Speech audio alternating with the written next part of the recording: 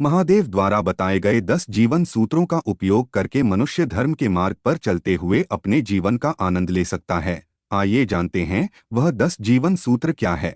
Number 1, अतीत का प्रभाव जब तक मस्तिष्क पर छाया रहता है, विनाश का कारण ही बनता है, जिसका एकमात्र समाधान यही है कि शीघ्र से अतिशीघ्र अतीत से उभरकर वर्तमान को स्वीकारना होता है। नंबर 2, अशांत मन चिंता को जन्म देता है और चिंता मन को और अशांत करती है, जिससे निराशा ही उत्पन्न होती है और निराश मन असफलता का कारण बनता है। कठिन से कठिन परिस्थिति में अपने मन को शांत रखने का प्रयास करें।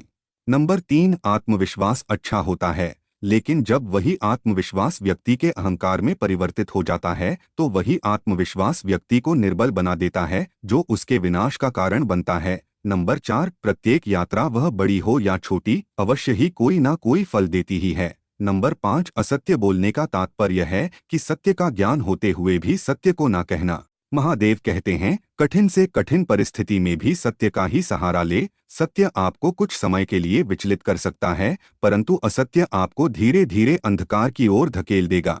नंबर 6, ज्ञान को अपने तक सीमित रखना ज्ञान का अपमान है और ज्ञान का अपमान केवल अहंकारी ही कर सकता है। आपसे जितना हो सके अपने ज्ञान को सभी के साथ बांटें। नंबर 7, उचित समय पर यदि कोई कार्य करना भूल जाए तो उसे पुनः करने के लिए उपयुक्त समय की प्रतीक्षा करनी चाहिए, तभी वह कार्य पूर्ण रूप से संपन्न होगा। नंबर 8, जिस प्रकार सुख की अनुभूति के लिए दुख का आभास अनिवार्य है, उसी प्रकार साहस की अनुभूति के लिए भय का सामना करना भी अनिवार्य है।